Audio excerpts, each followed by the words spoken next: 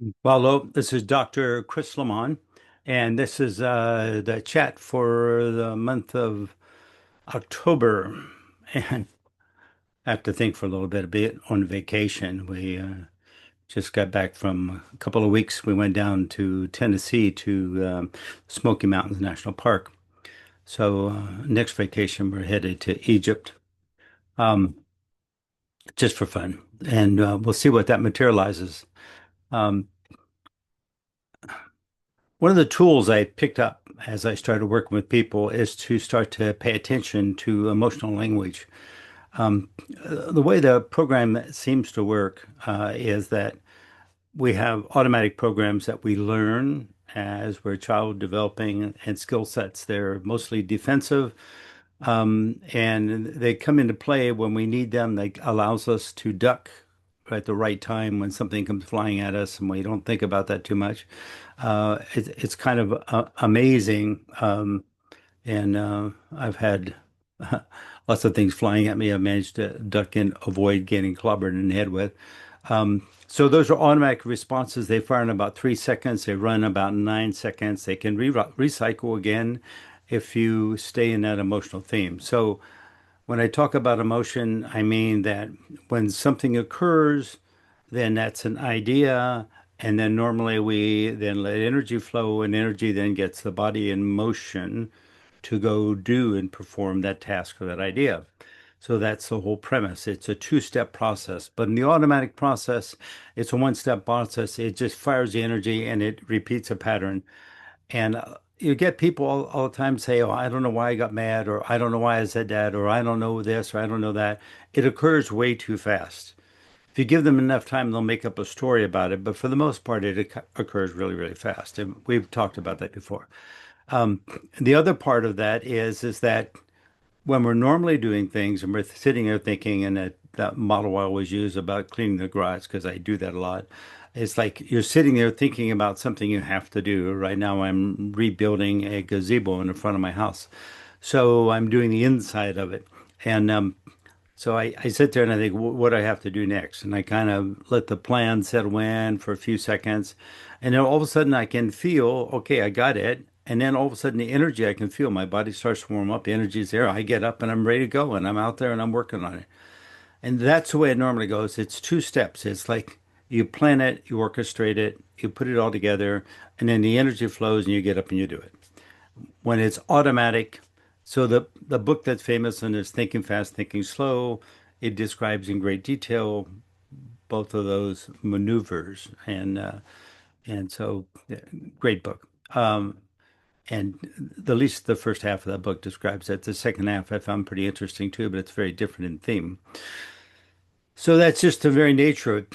You get a clue because when people speak with emotional words. Oh, that's my favorite. Oh, I just love that spaghetti sauce. Oh, this is just amazing. Oh, I just always wanted to do that. When they've got an emotional tune, they're already tuning in. It gives you a clue that they're already tuning in. They're activating it. They're not so much telling you, oh, let me think about that.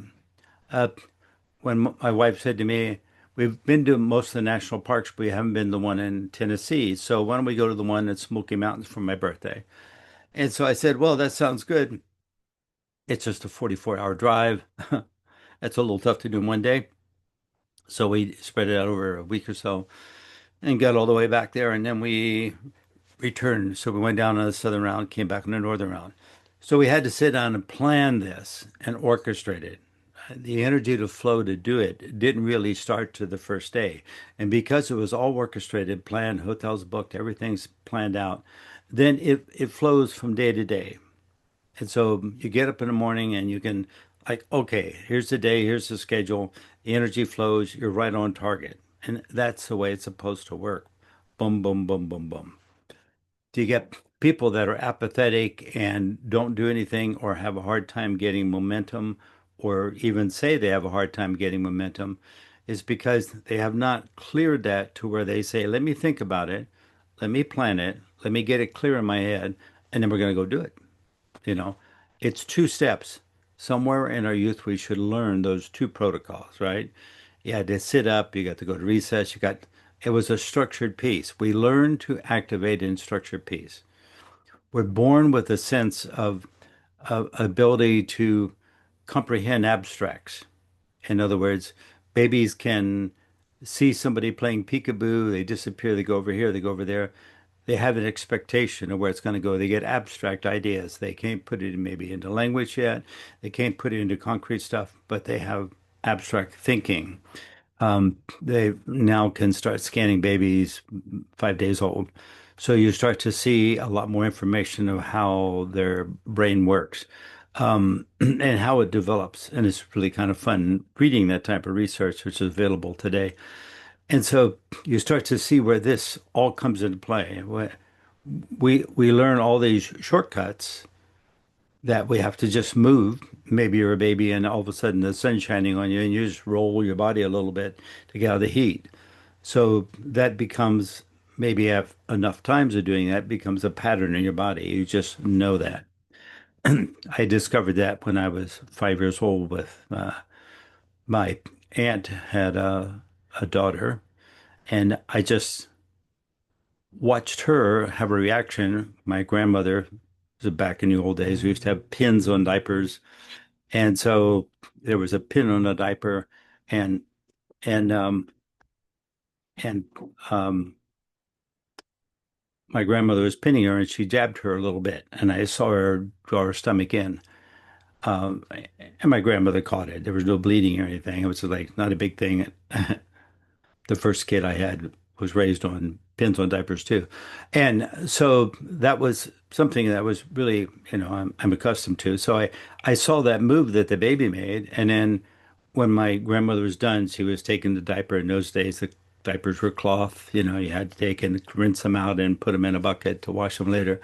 And so she said to me, she said, "Watch the baby." We didn't have bassinets and things. We just had a couch. You just threw the baby on a couch, and somebody had to make sure it didn't roll off. So I'm sitting there watching the baby on the couch, and my grandmother went out on her task, and I just touched the baby on the right side where the pin would have jabbed her, or in that area. And I saw the baby suck her stomach in. And then I touched her on the left side, and she just giggled. I could touch her everywhere in the body, and she was just giggle. It was a game. She was playing. But if I touch her there where the pin went earlier, so I waited, and over the next 2 or 3 weeks, every day I would be tasked to help with baby maintenance. Uh, I would then, when I was alone, I would touch that spot, and I could see that she had this automatic response to pull her stomach in where that pin jabbed her, at least for a couple of months, and then I lost interest in the game, and I was, can you imagine? I was 5 years old. And so I was just looking at that response. Later on, when I got a little bit older and could read, uh, I finally looked up some research on that and see that had an interest that developed, which really led me into a lot of psychology studies. I really wanted to find out how that worked and how it's stored in the body. So we have people that react to things they don't understand why. I don't know why I got mad. I don't know why that upset me. I don't know. I was really frustrated. It just I have to have a minute to cool down. Actually, you got 90 seconds to cool down. If you can get riled up by something and you feel that in your body and the energy flowing, if you can sit and relax, take a deep breath and kind of let it cycle for about 90 seconds, get distracted, pick up something, do something different, you'll feel all of a sudden that clears, and then you can take a breath and you can start to think about what just happened and what you want to do. And then you can make a plan and you can execute the plan. That's the goal, right? So the whole idea of education is to be able to make children who are just reacting to whatever stimulus is out there and get them to start to learn a different way to be on the planet, a different way to interact, different way to have relationships. And so we play that back and forth. So I listen to someone and they're telling me something and I get emotional language. Oh, I've always get excited about that, or that always intimidated me, or it's kind of weird. When I was a little kid, I used to think I saw demons in a closet or something, or there was something crawling under my bed, and I used to hide my eyes. And I can tell from that dialogue there was a trigger, an emotional response that just went boom, boom, boom together. It wasn't even like they heard a noise and they looked under the bed to see what it was. They got a flashlight, they explored it. They found out maybe there was nothing there, maybe the bed squeaked, maybe the floor squeaked, maybe the house squeaked. Who knows? Maybe a car outside. They legitimately had a stimulus, maybe. Or it could have been some noise near the room, or it could be a lot of things. It's not unusual, especially since I'm in my garage. Um, and a lot of times my wife will call me and I'll go see what she wants. Should have an intercom, I guess, but maybe it's a blessing I don't. But every now and then I'm sitting in here and I'll hear her say, Chris, and I'll get up and walk all the way in the house and I say, yeah, what do you want? And she'll go, nothing. I didn't call you. It's like, wow. Um, I know I'm old, but I've been crazy all my life. So there was always a lot of times in my life I could hear things or see things, and I don't know. I just kind of wrote it off as somebody had a detention point. They were thinking about me. They would be saying my name if I would have been there. We do know that all that influence occurs. I'll talk a little more about influence with the next video that we'll do.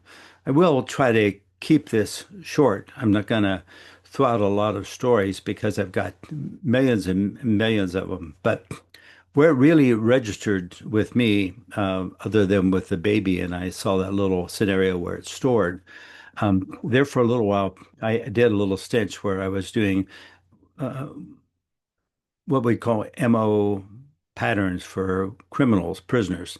So we had people that were killers or rapists or some kind of a bad person, and they're in a prison. And I would then go into that prison and sit down and interview them and talk to them a little bit.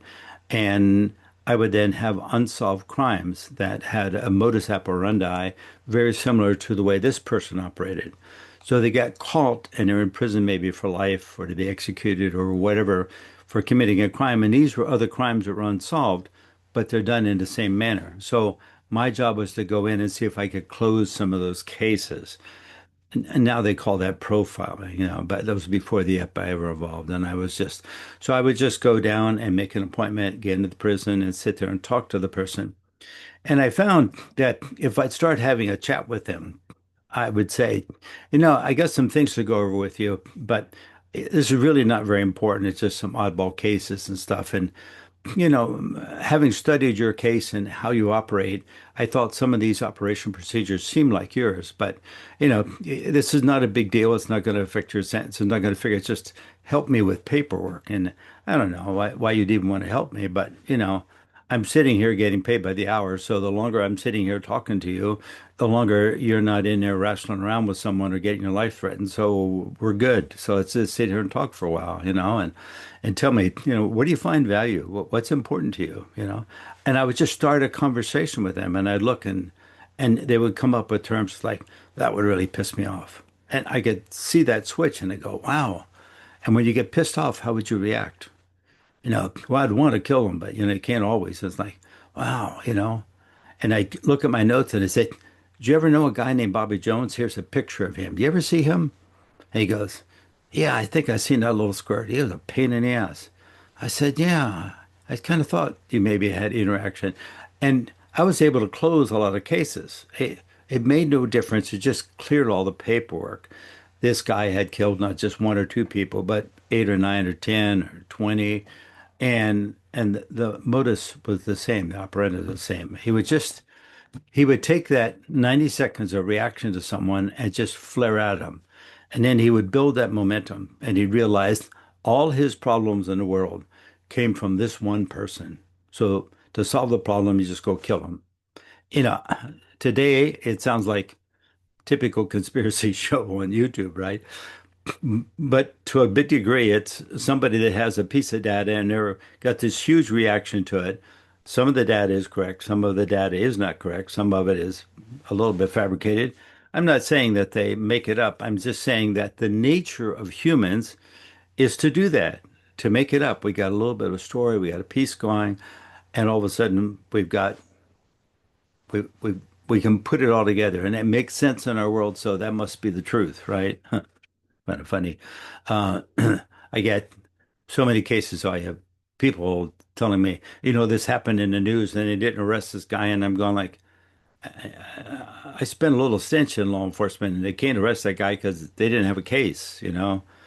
somebody got hurt and nobody saw who did it and they thought this guy did it. Maybe, but this guy don't have a connection to that person. So you're assuming that this guy, because he was flailing around, he hit this person accidentally, and you think it was on purpose, and you think this person hated this person, and we don't have any background for this, so we can't make a case for it. So we can't go arrest this person and bring him in on those kind of grounds. And they look and they said, "Well, I know he did it." It's like, wow.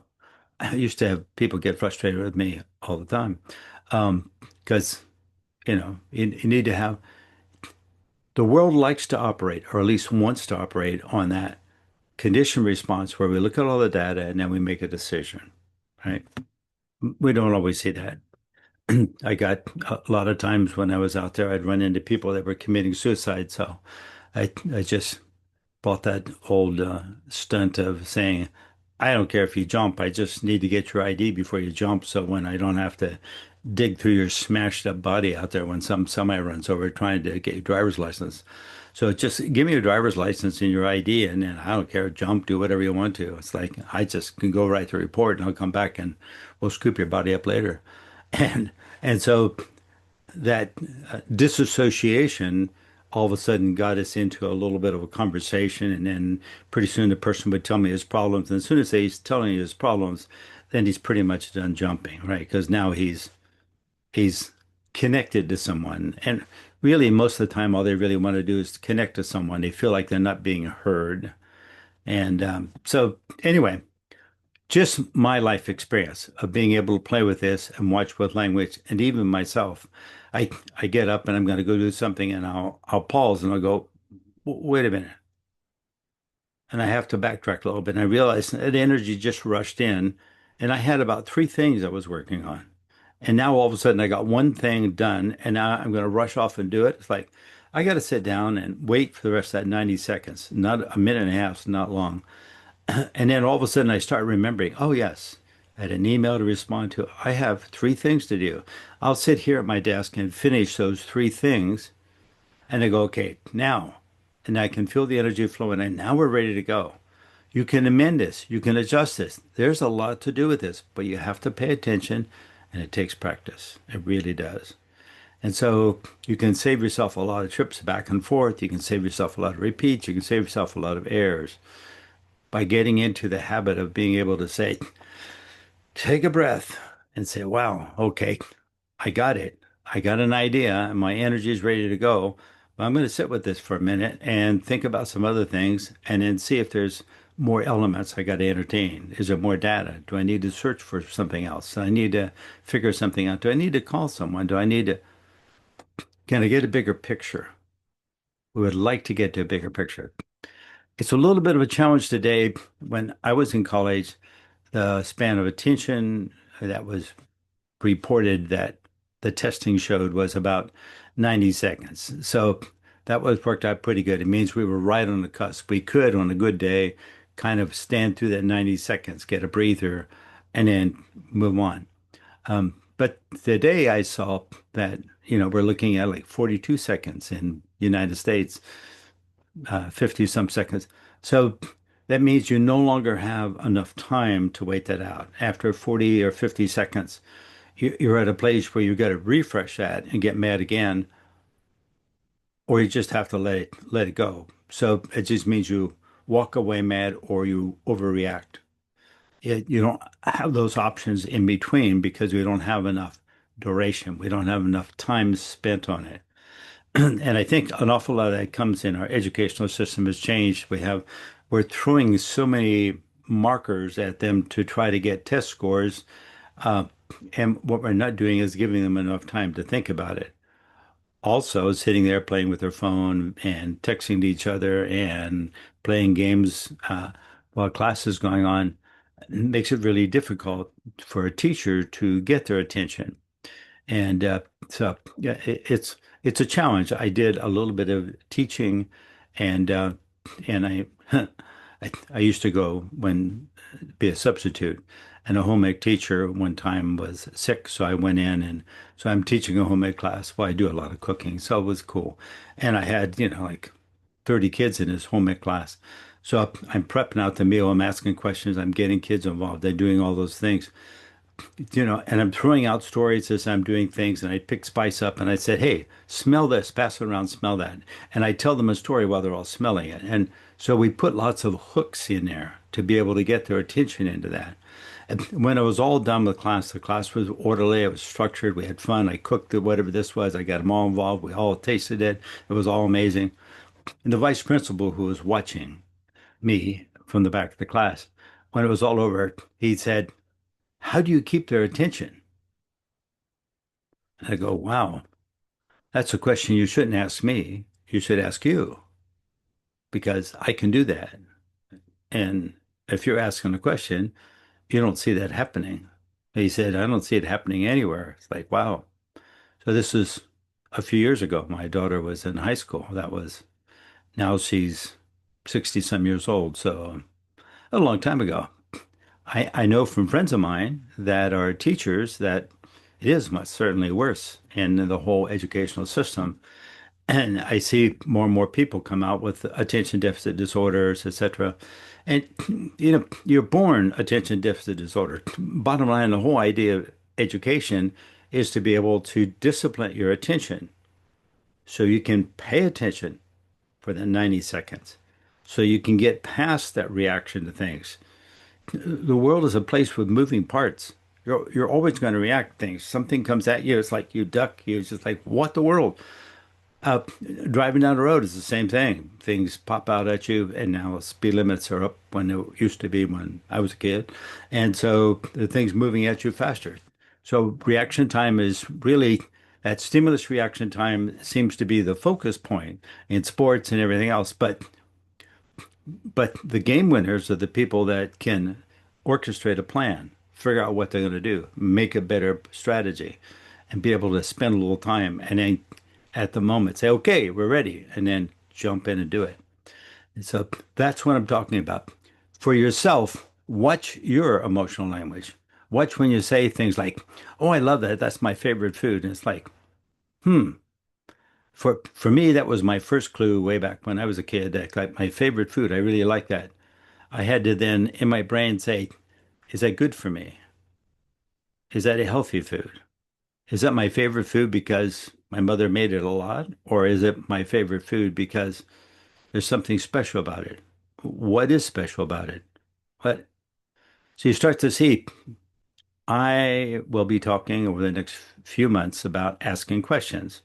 And that's what I learned as a kid. I had to ask more questions so I could get out of that reactionary piece and be able to take a look at that and say, wow, I've eaten that. I like it. I don't feel good after I eat it. So maybe I'm going to pass on that and then notice if I feel better. And so I started playing a little bit with that testing. So now when people would come back and say, what do you like? I have to say, well, I don't know. It just depends, right? There's a lot of variables. There is a lot of variables. I have to be in the mood. I have to be in the place, being able to get a sense of that, get a feel for that, right? I got a lot of crazy things. I read a lot of books. I read about a book a week. So for some people, they do more than that. Fiction, I could read a lot more than science books. Science books are a little slower. Uh, but in my lifetime, I've never wanted to ever watch a movie twice. So I see a movie one time and you get me into it a couple of minutes and I can tell you everything that's going to happen. So I never sit down and watch a movie. I've never owned a TV. So, I mean, so it's like I've never seen anything on TV that I'd want to go back and watch. So it gives me a lot of time to read books because I can just do that, right? I like projects, I like crafts, I like building things, I like doing things. I don't like doing one sport, one activity for the next 10 years. I've done I've done snorkeling, I've done scuba diving, I've done skiing, I've done sky jumping out of planes. I've done all kinds of crazy things for a short period of time. I tried it, we played with it for a little bit. Okay, next, and then move on. And so I think that diversity helps build range, which is something else I'll be talking about more as we progress this year. We build a little more diversity, a little more range, and we have to be able to play with this. We get a bigger attention span, and then all of a sudden we see something we're a little bit in reaction to, and we're going like, wow, that's kind of interesting. I can sit with that and relax and kind of not have a reaction to it, and then listen to, pay attention to what's going on. Uh, we used to call that maturity. I'm not too sure what they call it today, but it just meant that you could sit with it. Most certainly, when I was a kid, there was a lot of adults that should have had maturity and were very reactionary and very indignant. So it's really interesting to see. So something you play with your life, look at the language you use. If you're saying, hey, I'm planning that out, I'm thinking about it, I'm toying with these ideas, okay, that's great. That's got you into thinking. If you're going like, oh, that's amazing. I'm really excited. I want to get doing that. Can we do that tomorrow? Can I? Blah, blah, blah, blah, blah, blah. Like, wow, can we go to Disneyland right now, this moment, right? It's like, no. So make a plan, orchestrate it, develop it. And so that's watch for the clues, and the clues are going to be in language. So thank you very much. Do you have any questions? Email me, chris@wizardscatch.com. I'd be glad to entertain your questions. And if we have some from a bunch of different people, I like to answer a broad scope of it in a YouTube video. And so uh, thank you very much. And I always have to look for the little off button. They should put it in the center or something, make it easier, but whatever. Anyway, bless you guys, and we'll chat again next month.